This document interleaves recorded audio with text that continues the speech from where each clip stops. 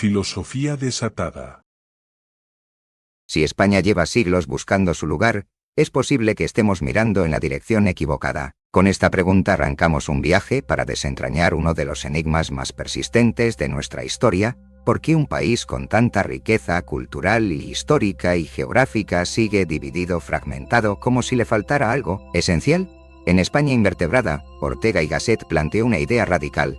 No es que España carezca de identidad, sino que esa identidad está rota, como un cuerpo sin columna vertebral que no logra sostenerse por completo. Un diagnóstico que, un siglo después, resuena con fuerza en los debates actuales sobre regionalismo, polarización política y cohesión social. En este vídeo de Filosofía desatada, hemos analizado España invertebrada no solo desde las palabras de Ortega, sino también contrastándolas con datos actuales, estudios recientes y comparaciones con otros países que enfrentaron desafíos similares. Nuestro objetivo: ayudarte a entender por qué seguimos tropezando con las mismas piedras y qué podemos aprender de ello. Quédate hasta el final porque las respuestas no solo te sorprenderán, sino que cambiarán tu forma de ver el país. Y si este tipo de contenido que conecta filosofía y actualidad resuena contigo, suscríbete a Filosofía desatada. Aquí la reflexión no tiene límites. José Ortega y Gasset no fue un filósofo cualquiera. Fue una de esas figuras que logró algo poco común: sacar la filosofía de los libros y llevarla a las plazas, a los periódicos, a la política y, sobre todo, a la realidad cotidiana. Ortega entendía que pensar no era un lujo, sino una necesidad urgente para sociedades que, como la España de principios del siglo XX, vivían en la cuerda floja entre el progreso y el colapso. Nacido en 1883, Ortega creció en una España convulsa, marcada por la pérdida del imperio colonial y las consecuencias de un siglo XIX lleno de conflictos internos. Para entonces el país parecía haber quedado rezagado mientras otras naciones europeas avanzaban hacia la modernidad. Ortega se propuso entender qué había fallado y, más importante, qué se podía hacer para corregirlo. Su obra, España invertebrada, escrita en 1921, es una radiografía de esas fracturas. Pero, ¿qué lo hace relevante hoy? Ortega no se limitó a analizar los problemas, sino que supo conectarlos con algo mucho más amplio: nuestra incapacidad, como país, para construir una visión de futuro compartida. A través de sus escritos denunció cómo los españoles habían dejado de ser actores en su propio destino para convertirse en espectadores pasivos, atrapados entre el peso del pasado y la incertidumbre del presente. Un ejemplo claro de esta pasividad histórica es cómo enfrentamos la crisis de 1898, tras la pérdida de Cuba, Filipinas y Puerto Rico. Mientras otros países habrían aprovechado el momento para reinventarse, España pareció resignarse a su suerte, dejando que las tensiones internas se intensificaran. Lo más fascinante de Ortega es que sus ideas no se quedaron atrapadas en el siglo XX. Pensemos, por ejemplo, en las divisiones políticas y territoriales que dominan el panorama actual. Ortega veía en la España de su época una especie de archipiélago social, donde cada grupo, ya fueran regiones, clases sociales o ideologías, se encerraba en sí mismo, incapaz de dialogar con los demás. ¿No es eso lo que seguimos viendo hoy, cuando la política se convierte en una lucha de bloques y el consenso parece más lejano que nunca? Ortega creía que, para superar esta fragmentación, España necesitaba lo que él llamaba un proyecto sugestivo de vida en común, una idea poderosa que trascendiera las diferencias y uniera a los españoles en torno a un propósito común. Pero esta visión no era idealista ni utópica. Ortega sabía que las particularidades de cada región y grupo social eran una riqueza que debía integrarse, no suprimirse. En España invertebrada, alertaba de los riesgos de ignorar esta diversidad, pero también de lo peligroso que es permitir que esas particularidades se conviertan en trincheras que nos dividan. En este punto su pensamiento resuena con fuerza en el presente. ¿Qué significa ser español en el siglo XXI? ¿Cómo podemos reconciliar nuestras identidades locales con una visión nacional? Estas son preguntas que Ortega nos ayuda a plantearnos, incluso si las respuestas aún parecen esquivas.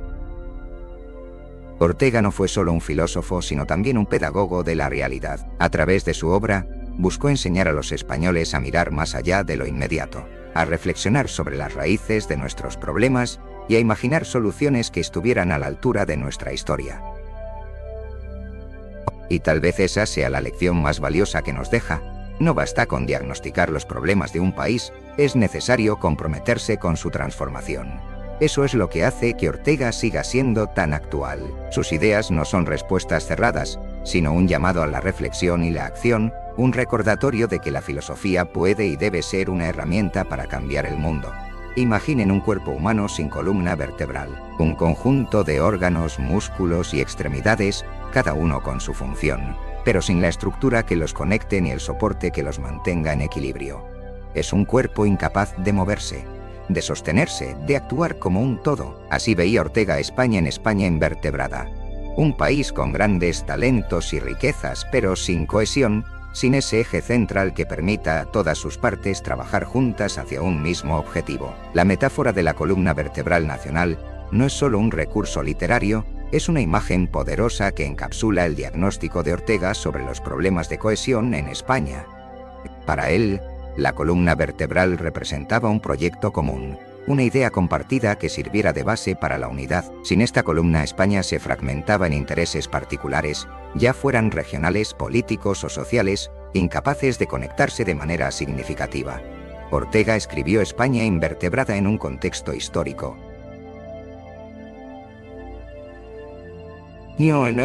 El país, marcado por la pérdida de las colonias y una profunda crisis política, se encontraba dividido entre ideologías enfrentadas y tensiones territoriales. Pero lo más preocupante para Ortega no era la existencia de estas diferencias, sino la incapacidad de integrarlas en un proyecto que diera sentido al conjunto. En otras palabras, no es que España tuviera problemas, sino que carecía de la estructura necesaria para afrontarlos como nación. Pensemos, por ejemplo, en los debates actuales sobre educación. La educación debería ser un pilar central de cualquier nación, un espacio donde se construye no solo el conocimiento, sino también un sentido compartido de identidad. Sin embargo, en España, la educación ha sido tradicionalmente un campo de batalla entre comunidades autónomas y gobiernos centrales, con reformas constantes que cambian según el partido político en el poder. ¿El resultado?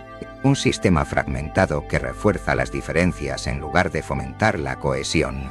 Lo mismo ocurre con el tema de las lenguas. Ortega, aunque profundamente respetuoso de las particularidades regionales, advertía sobre el riesgo de permitir que estas diferencias se convirtieran en barreras.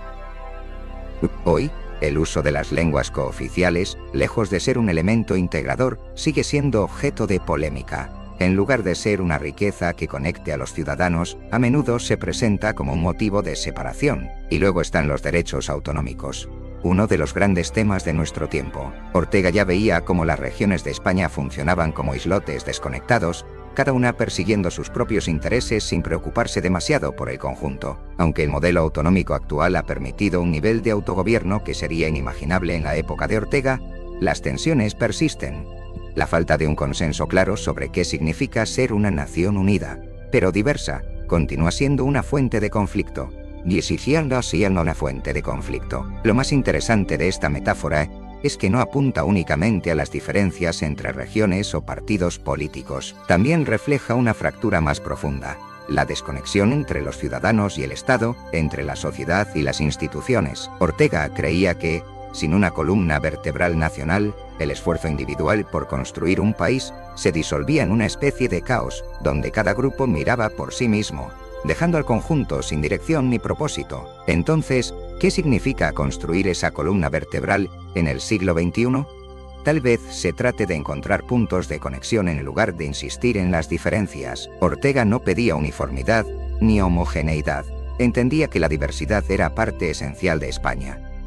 Pero también insistía en que esa diversidad debía estar sostenida por algo más grande, por una idea compartida que nos permitiera reconocernos como partes de un mismo cuerpo. La metáfora de la columna vertebral nos invita a reflexionar sobre nuestras propias divisiones.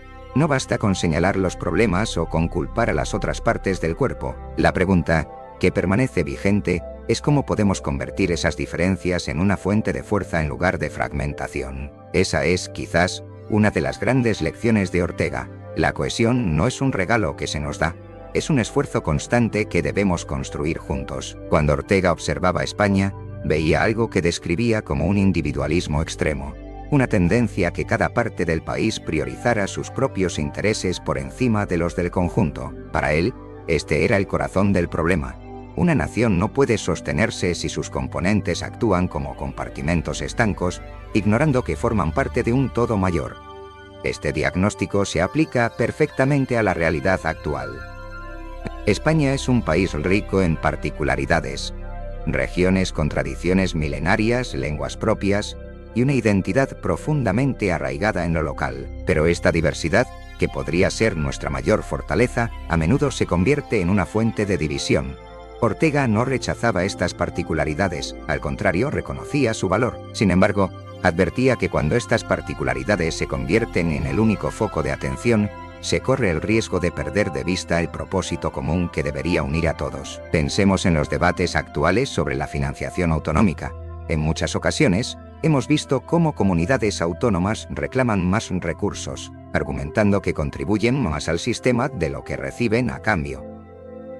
Es una postura legítima desde el punto de vista local, pero ¿qué sucede cuando todas las regiones priorizan exclusivamente sus propios intereses? Ortega habría señalado que este tipo de actitud refuerza la invertebración de la nación, porque cada región actúa como una isla, sin considerar cómo su bienestar está intrínsecamente ligado al bienestar del conjunto.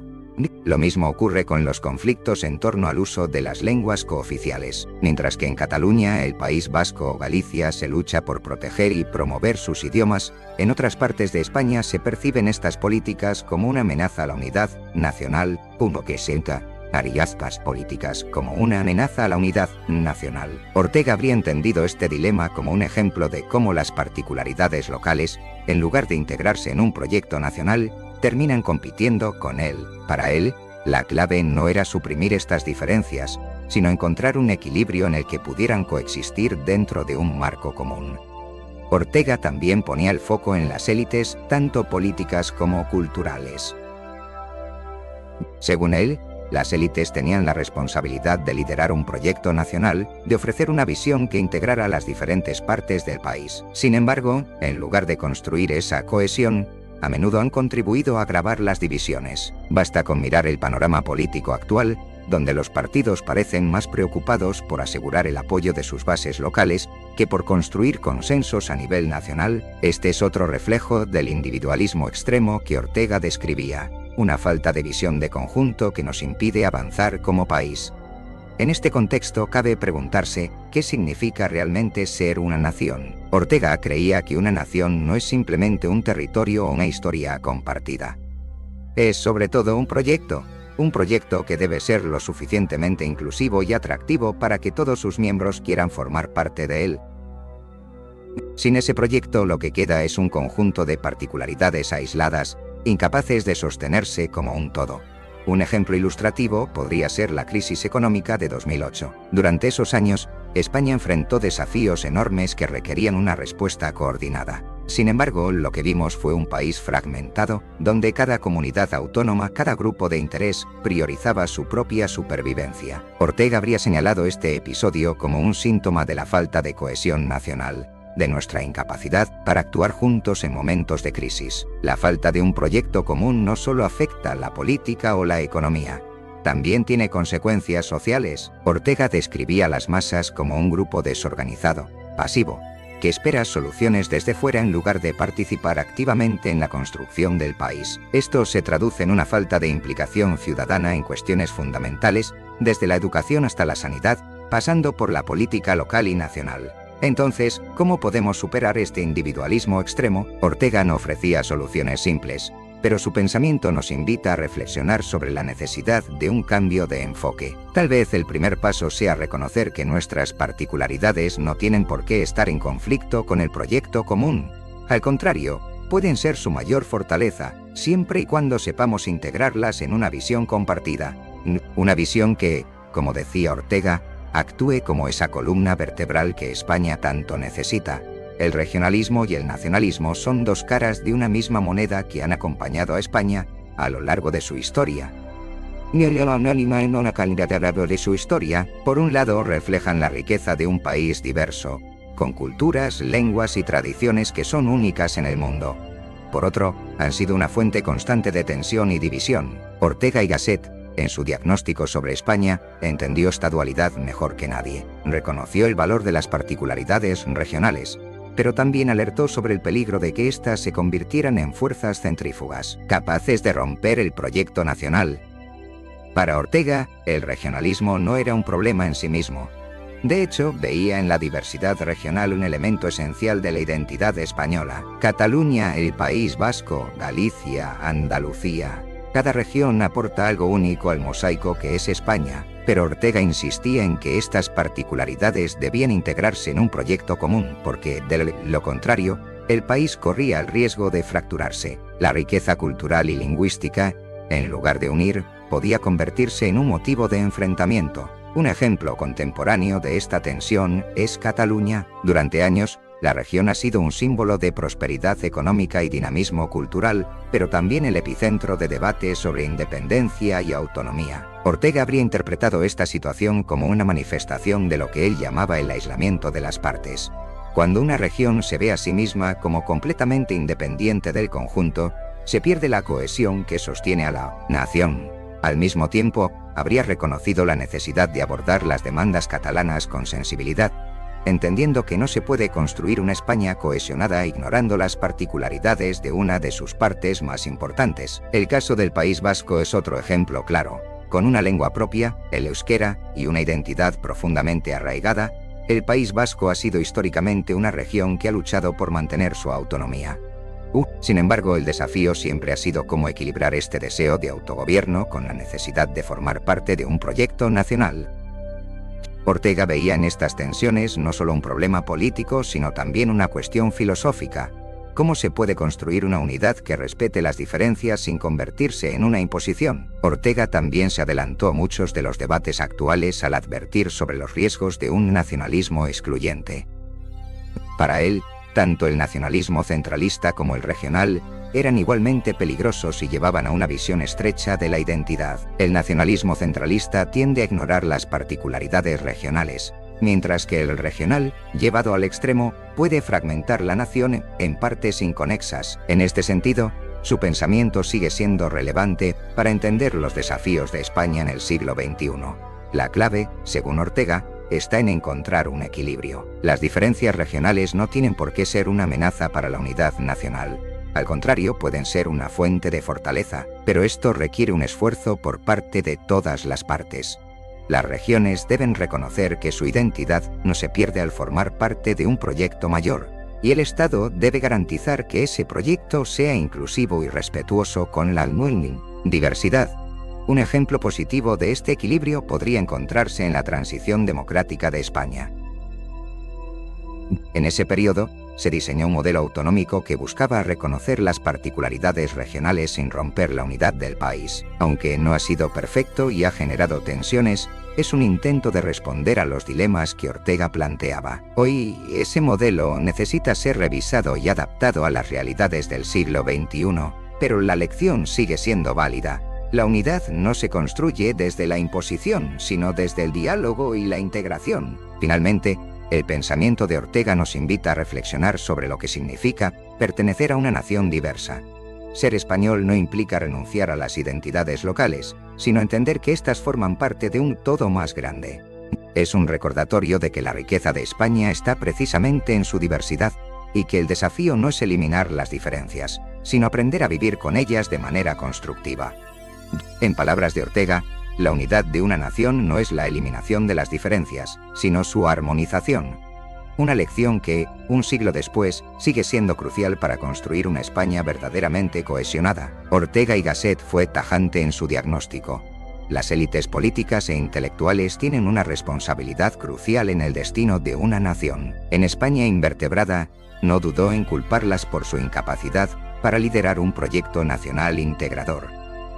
Para él, las élites no solo deben ser las mentes más preparadas y las más capaces, sino también las más comprometidas con el bien común.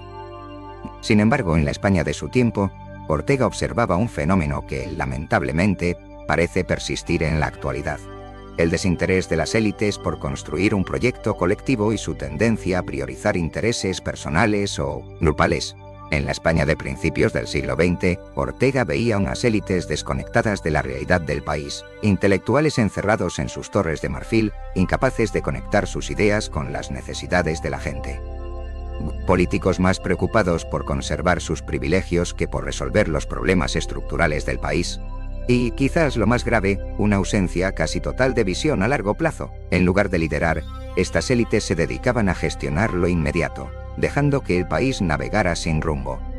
Esta crítica sigue siendo sorprendentemente relevante. Hoy, los debates sobre la corrupción en la política española reflejan esa falta de compromiso con el bien común. Casos como los de los ERE en Andalucía o la trama Gürtel en Valencia son ejemplos de cómo las élites han utilizado su posición no para servir a la sociedad, sino para servirse a sí mismas. En lugar de actuar como líderes que unen y construyen, han contribuido a la fragmentación, alimentando la desconfianza de los ciudadanos en las instituciones. Ortega también ponía el foco en la polarización, un problema que entonces comenzaba a manifestarse y que hoy es una constante en nuestra vida política.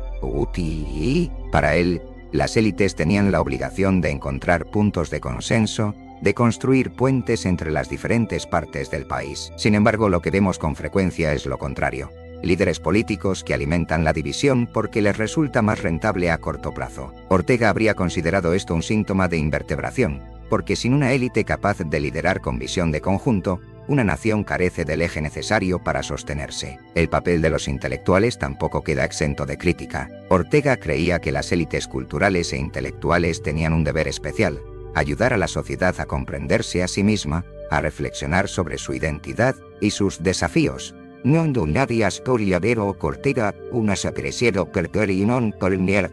embargo, en su época y en la nuestra, muchos intelectuales han preferido refugiarse en debates abstractos o en posturas elitistas que los desconectan de la realidad cotidiana.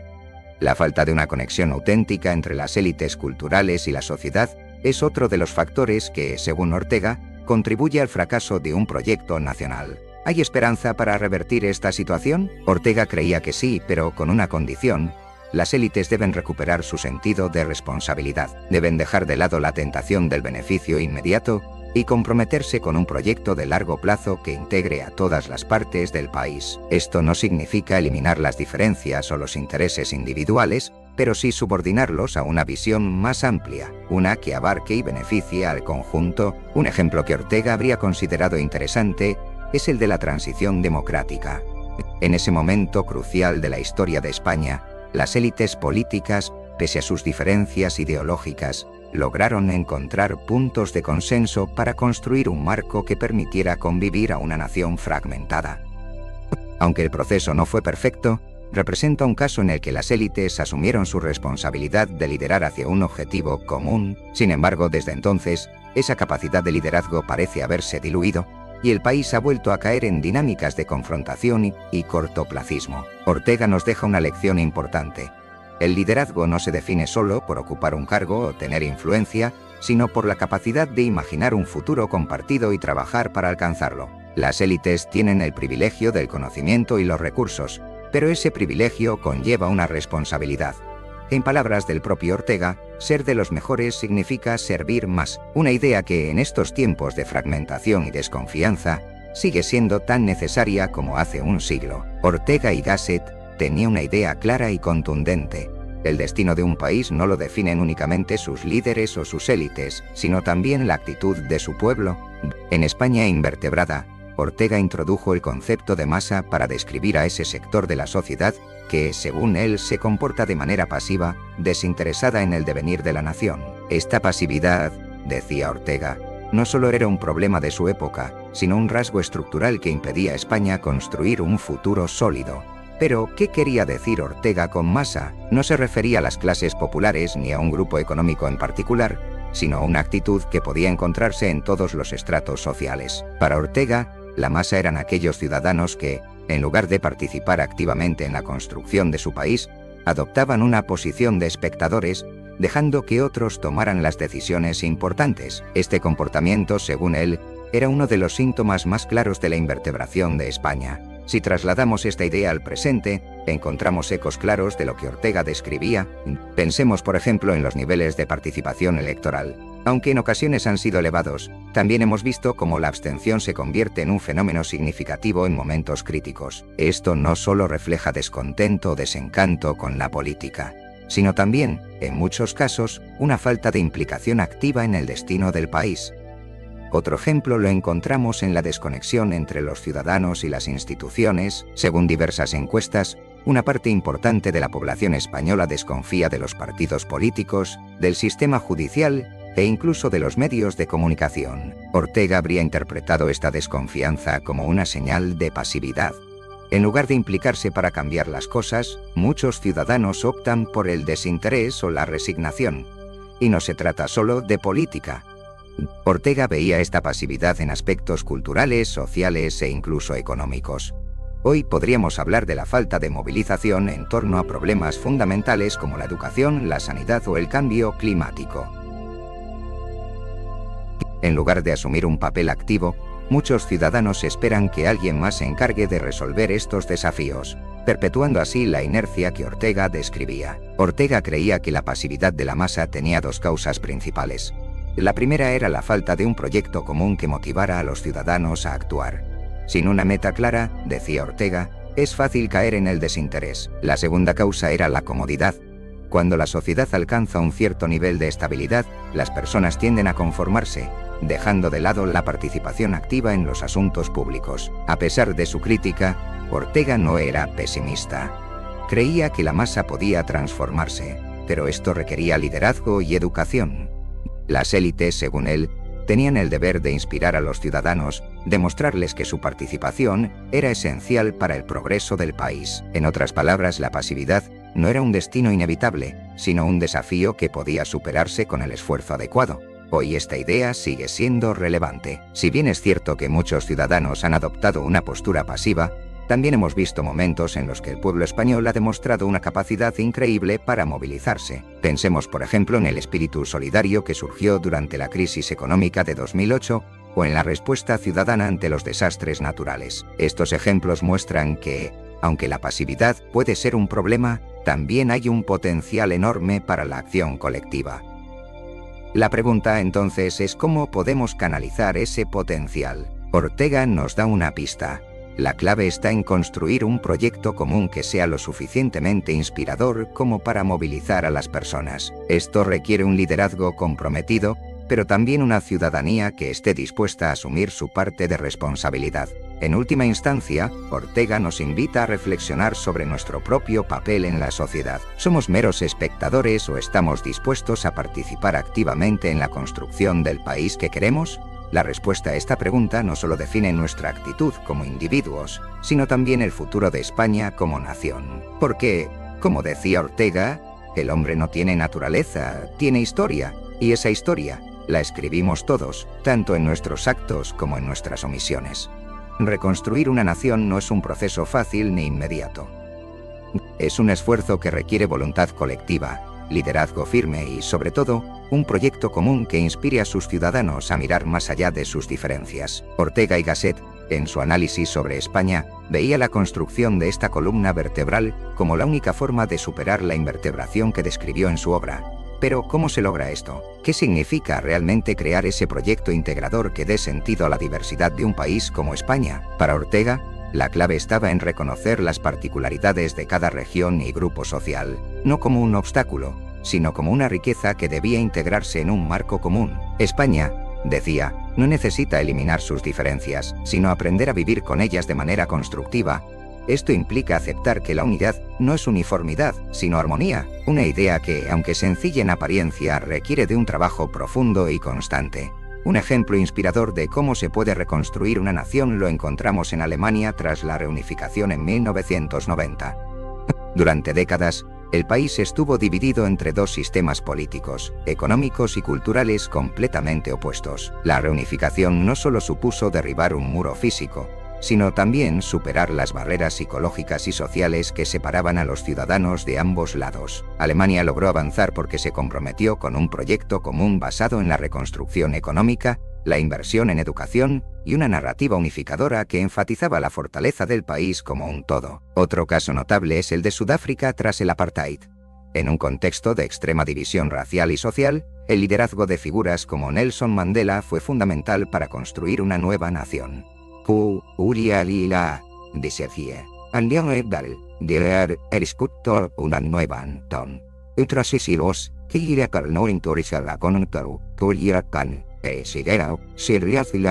Mandela entendió que no podía haber reconciliación sin justicia, pero también que no podía haber justicia sin un compromiso con el perdón y la integración.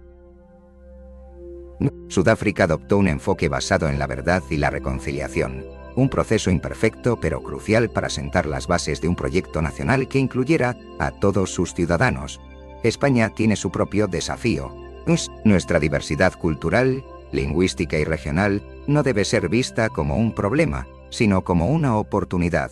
Ortega insistía en que la solución no pasa por imponer un modelo centralista ni por aceptar la fragmentación.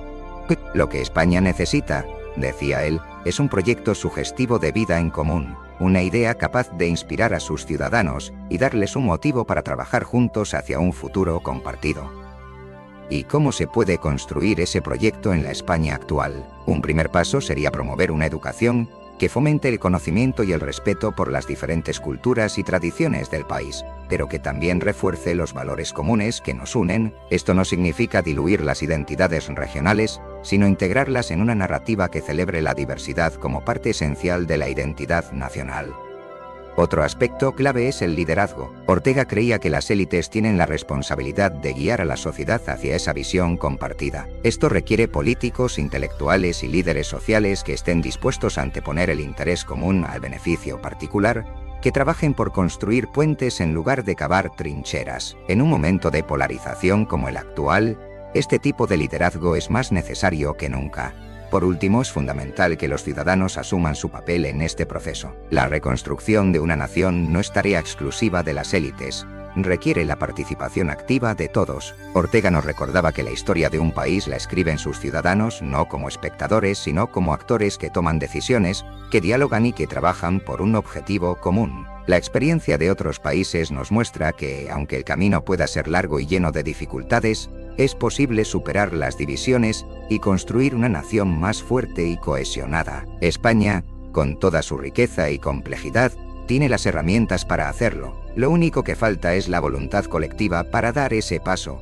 Como decía Ortega, no se vive para pensar, se piensa para vivir. Y si queremos vivir en una España verdaderamente cohesionada, necesitamos pensar juntos en el país que queremos construir. Si algo nos enseña la historia es que los grandes desafíos de una nación no son nuevos, solo toman formas diferentes con el paso del tiempo. Ortega y Gasset, en su análisis de España, insistía en la importancia de mirar al pasado no como un museo de hechos estáticos, sino como un laboratorio de experiencias que nos ayudan a comprender el presente y orientar el futuro. La historia, para Ortega, no es un peso muerto que nos ata, sino un conjunto de lecciones vivas que pueden inspirarnos. En la historia de España encontramos episodios en los que, pese a las dificultades, se logró un nivel notable de cohesión. Uno de los momentos más emblemáticos de nuestra historia reciente es la transición democrática. Tras décadas de dictadura, España se enfrentaba a un reto monumental: construir un sistema democrático que incluyera a todas las sensibilidades políticas, sociales y culturales del país. A primera vista, la tarea parecía imposible. Las heridas de la guerra civil aún estaban abiertas, las tensiones entre las diferentes regiones eran palpables, y la desconfianza entre los actores políticos era enorme. Sin embargo, la transición logró algo extraordinario: un consenso suficiente para sentar las bases de una democracia plural y descentralizada. ¿Cómo fue posible? Ortega habría señalado que este éxito no fue fruto del azar, sino del reconocimiento de una necesidad común. En ese momento crítico, las élites políticas y sociales entendieron que el bien común debía prevalecer sobre los intereses individuales. Aunque no fue un proceso perfecto, y tuvo sus sombras, la transición es un ejemplo de cómo España, cuando se enfrenta a una encrucijada histórica, puede encontrar caminos hacia la cohesión. Pero no es el único caso. Si retrocedemos aún más, podemos observar otro momento clave: los Reyes Católicos y su capacidad para unificar políticamente un territorio fragmentado. Aunque su modelo de unidad estaba lejos de las ideas democráticas modernas, simboliza el intento de construir un proyecto común en un país diverso. Este episodio nos recuerda que la unidad no siempre es un proceso natural, sino el resultado de decisiones conscientes y, a menudo, difíciles. Ortega nos invitaba a ver el pasado como una fuente de aprendizaje práctico. Un ejemplo que él mismo destacó fue la decadencia del Imperio español. Ortega veía en el siglo XVII una lección sobre lo que sucede cuando las élites se desconectan de la realidad y los ciudadanos adoptan una postura pasiva. Según él, la pérdida de relevancia de España en Europa no fue solo un problema externo, sino una consecuencia de la invertebración interna que ya describía en su obra. Este análisis, aunque doloroso, nos ayuda a entender la importancia de mantener una visión de conjunto y un proyecto de futuro. En el presente, podemos tomar estas lecciones y preguntarnos, ¿qué significa realmente aprender de la historia? No se trata de copiar modelos del pasado, sino de comprender sus principios y adaptarlos a nuestras circunstancias actuales. La transición democrática, por ejemplo, nos enseña la importancia del diálogo y la capacidad de renunciar a ciertos intereses particulares en favor del bien común. Los Reyes Católicos, aunque su modelo no sea aplicable hoy, nos recuerdan que la unidad requiere un esfuerzo sostenido y una visión estratégica. Ortega también creía que la historia nos ofrece una perspectiva esencial. Nos ayuda a relativizar los problemas del presente. Si miramos con atención, vemos que muchas de las tensiones que enfrentamos hoy, como las disputas territoriales o la polarización política, no son nuevas. La diferencia está en cómo las afrontamos. Y la historia nos muestra que la cohesión no se logra eliminando las diferencias, sino integrándolas en un marco más amplio. Este es un principio que, aunque sencillo en apariencia, requiere un liderazgo comprometido y una ciudadanía activa. Finalmente, Ortega nos deja una reflexión poderosa. La historia no es un destino inevitable. Aunque estamos marcados por nuestro pasado, también somos agentes de cambio. Cada generación tiene la oportunidad de aprender de los aciertos y errores de las anteriores para construir algo mejor. Y quizás esa sea la mayor lección que nos ofrece la historia de España, que a pesar de nuestras dificultades, siempre ha habido momentos en los que hemos demostrado que la unidad es posible. Ahora, el desafío es tomar esas lecciones y aplicarlas al siglo XXI, con la esperanza de construir un país más fuerte, más cohesionado y más consciente de su riqueza y su diversidad. Uno de los aspectos más fascinantes del pensamiento de Ortega y Gasset es su capacidad para anticipar debates que hoy siguen estando en el centro de nuestras preocupaciones. La cuestión de la identidad, tanto individual como colectiva, es uno de ellos. En un mundo globalizado, donde las fronteras físicas y culturales parecen desdibujarse, las ideas de Ortega sobre la identidad y la cohesión nacional resuenan con una fuerza renovada. ¿Cómo podemos entendernos como individuos y como país en un contexto que constantemente nos empuja a replantear quiénes somos? Para Ortega, la identidad no era un concepto estático ni monolítico. Entendía que tanto los individuos como las sociedades están en constante transformación, moldeados por las circunstancias históricas y culturales. En España invertebrada, describió a España como un país atrapado entre su rica diversidad interna y la falta de un proyecto que conectara esas diferencias en una visión común. Aunque hoy, esta tensión se ve reflejada en el debate entre lo local y lo global, entre las raíces y la apertura hacia el mundo. La globalización ha traído consigo enormes oportunidades, pero también ha generado una sensación de pérdida para muchas personas. En un mundo donde las culturas, los mercados y las ideas fluyen a un ritmo vertiginoso, muchos sienten que sus identidades locales se diluyen o pierden relevancia. Este fenómeno no es exclusivo de España, pero aquí toma una dimensión particular debido a nuestra historia y nuestra estructura territorial. Ortega, con su insistencia en la necesidad de integrar las particularidades en un proyecto común, habría visto en este desafío una oportunidad para reflexionar sobre qué significa ser español en el siglo XXI. Un ejemplo claro de esta tensión es la relación entre España y Europa. Como miembro de la Unión Europea, España se ha beneficiado enormemente de la integración económica y política. Sin embargo, esta integración también ha planteado preguntas incómodas sobre la soberanía, la identidad y el equilibrio entre lo nacional y lo supranacional. Ortega habría planteado la necesidad de encontrar un punto de equilibrio, participar en un proyecto global como la Unión Europea sin perder de vista las necesidades y particularidades locales. Para él, no se trataba de elegir entre lo local y lo global, sino de encontrar una forma de armonizar ambas dimensiones. Otro ámbito donde el pensamiento orteguiano resulta relevante es en la creciente fragmentación política que vemos en Europa. En muchos países, incluyendo España, los partidos tradicionales han perdido fuerza frente a movimientos más pequeños y radicales que apelan a identidades específicas, ya sean regionales, culturales o ideológicas. Esto refleja una crisis de cohesión similar a la que Ortega describía en su tiempo. Cuando las partes del cuerpo social actúan de manera aislada, se pierde la capacidad de construir una visión de conjunto. En este sentido, el pensamiento de Ortega nos invita a reflexionar sobre el papel del liderazgo en tiempos de crisis de identidad. Ortega insistía en que las élites tienen la responsabilidad de articular un discurso que integre las diferencias y ofrezca una visión inspiradora para el conjunto de la sociedad. Sin embargo, lo que vemos hoy con frecuencia es lo contrario: líderes que explotan las divisiones para obtener ventajas políticas a corto plazo, perpetuando la fragmentación en lugar de combatirla. Por otro lado, el debate sobre la identidad no se limita al ámbito político. También tiene una dimensión profundamente personal. En una época donde las redes sociales, la cultura globalizada y los rápidos avances tecnológicos nos exponen a una avalancha constante de información y perspectivas, muchos individuos se sienten desorientados sobre quiénes son y qué lugar ocupan en el mundo.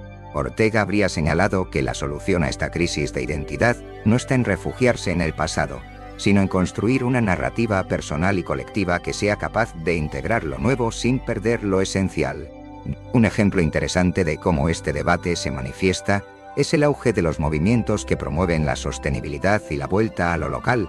En un mundo globalizado, muchas personas encuentran sentido en regresar a prácticas más tradicionales, como consumir productos locales o fortalecer comunidades cercanas. Ortega habría visto en estos movimientos un intento de reconciliar las necesidades globales con las identidades locales, un esfuerzo por construir un equilibrio entre ambos extremos. En última instancia, Ortega nos deja una lección importante sobre la identidad. No es algo que simplemente heredamos o descubrimos, sino algo que construimos activamente. Tanto a nivel personal como colectivo, la identidad requiere un esfuerzo consciente por integrar las diferencias, adaptarse a los cambios y, sobre todo, encontrar un propósito común.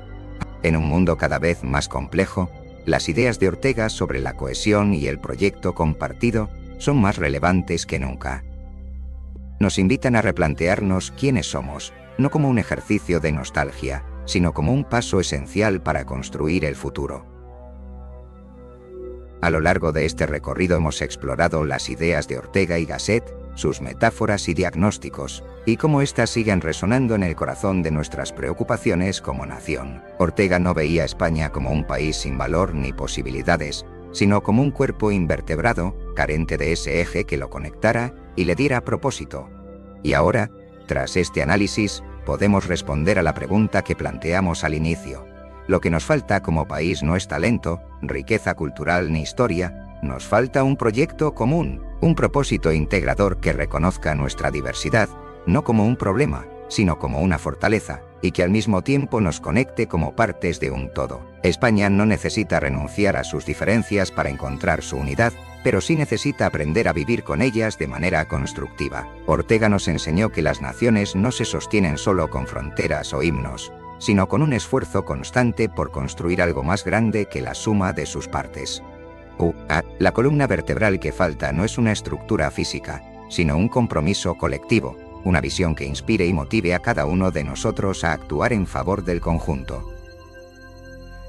La historia nos muestra que hemos sido capaces de lograrlo antes, y las ideas de Ortega nos recuerdan que podemos hacerlo de nuevo. Pero este cambio no vendrá de las élites, ni de un decreto, ni de la casualidad. Vendrá de nuestra voluntad como ciudadanos de ser algo más que espectadores, de involucrarnos en la construcción de ese proyecto que todos necesitamos. Porque, como decía Ortega, ser español es una tarea que se hace todos los días. Tal vez, el primer paso para reconstruir nuestra columna vertebral sea reconocernos como partes de un todo. Entender que nuestras particularidades no nos separan, sino que nos complementan, y preguntarnos, ¿qué puedo hacer yo para sumar en lugar de dividir? La respuesta a esa pregunta, en cada uno de nosotros, será el inicio de algo mucho más grande. Si este vídeo te ha inspirado, te invito a seguir explorando conmigo estas ideas en Filosofía Desatada.